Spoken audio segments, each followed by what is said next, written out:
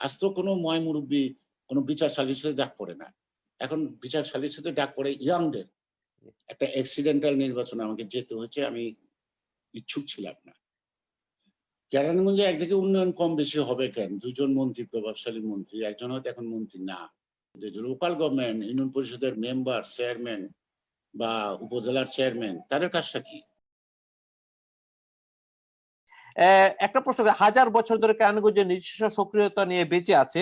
পাকিস্তান আমল হতে ঢাকা ৩ আসন হিসেবে কেরানীগঞ্জবাসী ঐক্যবদ্ধ ছিল, কিন্তু গত দুটি নির্বাচনে এর একটি অংশের সাথে সাভারের বাঁকুড়া ও ঢাকার কামরাঙ্গীরচর যুক্ত করায় কেরানীগঞ্জের যে ঐক্য সেটা হারিয়ে ফেলেছে এবং কেরানীগঞ্জের যে সঠিক উন্নয়ন সেটাও বাধাগ্রস্ত হচ্ছে। একদিকে উন্নয়ন বেশি হচ্ছে, আরেকদিকে উন্নয়ন কম হচ্ছে।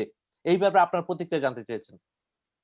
কেরানীগঞ্জে একদিকে উন্নয়ন কম বেশি হবে কেন? ২ জন মন্ত্রী, প্রভাবশালী মন্ত্রী, একজন হয়তো এখন মন্ত্রী না। তিনিও মন্ত্রী ছিলেন, তিনি তখন এমপি ছিলেন। অর্থাৎ কি ওই পাশে জনাব কামরুল ইসলাম সাহেব ছিলেন মন্ত্রী, তখন নসরুল আহমেদ বিপু ছিল পার্লামেন্টের মেম্বার।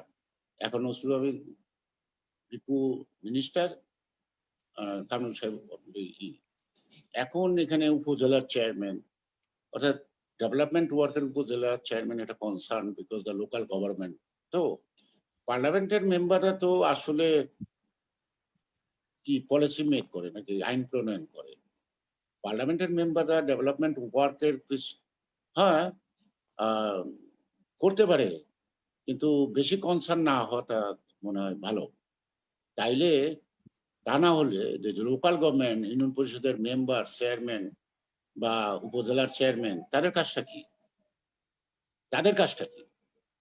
এবং আমাদের দেশে যে ক্রমান্বয়ে লোকাল গভর্নমেন্টটা যে দুর্বল হয়ে যাচ্ছে। আগে একটা মেম্বারে কিন্তু ৪টা গ্রাম সামাল দিতে হতো, বিচার আচার, থানা পর্যন্ত যেতে হতো না। একটা চেয়ারম্যান তো কোনো কথাই নাই। ও একটা গ্রামের লোক যদি চেয়ারম্যান বাড়ির চৌকিদারের সাথে পরিচয় আছে, তো তারই দাপট ছিল ইত্যাদি। এখন চেয়ারম্যান আর মেম্বাররা মানে যেই দলই ক্ষমতাটা, এই ক্ষমতাসীন দলের নেতার হাতাদের চোটেই তো তাদের যান বেড়ে যায়। অর্থাৎ এই যে লোকাল গভর্নমেন্টটা যে দুর্বল হচ্ছে, এই লোকাল গভর্নমেন্টের দুর্বলতার কারণে কিন্তু সামাজিক হিংসা, বিদ্বেষ, এই যে বিষয়গুলি একটা সামাজিক সালিসির মধ্য দিয়ে যে মীমাংসা করার পথটা রুদ্ধ হয়ে গেছে। অর্থাৎ লোকাল গভর্নমেন্টটা একেবারে গুরুত্বহীন হয়ে পড়ছে। পার্লামেন্টের মেম্বাররা যদি এই কাজে গুরুত্ব দেয়, তখন তো তাদের আর কোনো কাজ থাকে না। কারণ পার্লামেন্টের মেম্বারদের পারফরমেন্সটা রাখবেই যে পার্লামেন্টের মধ্যে, সে আইন প্রণয়ন করবে। হ্যাঁ, বিভিন্ন পরিকল্পনার উপর পার্লামেন্টের নজর কাড়বে। তার এলাকার মধ্যে কোনো দুর্ঘটনা দেখা দিলে প্রশাসন ঠিক মতো কাজ না করলে সেগুলি তুলে ধরা, পার্লামেন্ট মেম্বারের অনেক গুরুত্বপূর্ণ এই কাজগুলি আছে। কিন্তু লোকাল গভর্নমেন্টে যে রাস্তা, ব্রিজ, কালভার্ট, এইটা সেটা বানানো, কে কাজ পাবে, কে পাবে না, কাকে দেওয়া যাবে, কাকে দেওয়া যাবে না, এই ইনভলভমেন্টটা মনে হয় পার্লামেন্ট মেম্বারদের জন্যই কিন্তু ক্ষতিকর। ক্ষতিকর। এখন পার্লামেন্ট মেম্বাররা যে মুরগির বিচার করে আর মেয়া বিবির তালাকের বিচার করে, তাইলে গ্রামের এই যে কি কয় মাতব্বর টাতব্বর সালিশি টালিশি করতো এক সময়, তারা কি করবে? তাদের কাজটা কি? তারাও তো সমাজের একটা বাঁধন ধরে রাখে। তাদের তো কোনো কাজ নাই। আজ তো কোনো ময় মুরব্বী কোনো বিচার সালিসিতে ডাক পড়ে না। এখন বিচার সালিসিতে ডাক পড়ে ইয়াংদের। কার কোমরে ডাইনে বাঁয়ে আছে, ওরে আনলে ও যে রায় দিব, রায় মানাইতে পারবো। এই যে টেন্ডেন্সিটা, তাতে আমরা তো দিনের পর দিন কিন্তু পিছাচ্ছি, আগাচ্ছি না। দাদা, দুঃখের সাথে বলতে হয়, এখন কে মেম্বার হবে সেটাও মন্ত্রী এমপি ঠিক করে দেয়, তুমি মেম্বার ক্যান্ডিডেট হও। আহ, বর্তমানে রাজনীতি এই পর্যায়ে চলে গেছে, যেটা আমরা শুনতে পারি। অনেকেই বলে ওই মন্ত্রী বলেছে আমি মেম্বারিতে ইলেকশন করব। মানে রাজনীতি কোন পর্যায়ে চলে গেছে এটা বলতে দুঃখ লাগে। দাদা, আরেকটি প্রশ্ন এক দর্শক করেছেন।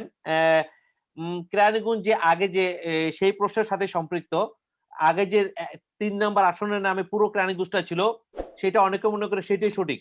আগামীতে কি যদি আবার সেই পুরো কেরানীগঞ্জ একটি আসনে চলে আসে, সেই ব্যাপারে আপনার কোনো প্রতিক্রিয়া আছে কিনা বা আপনার কি অভিমত? আমার কোনো প্রতিক্রিয়া নাই।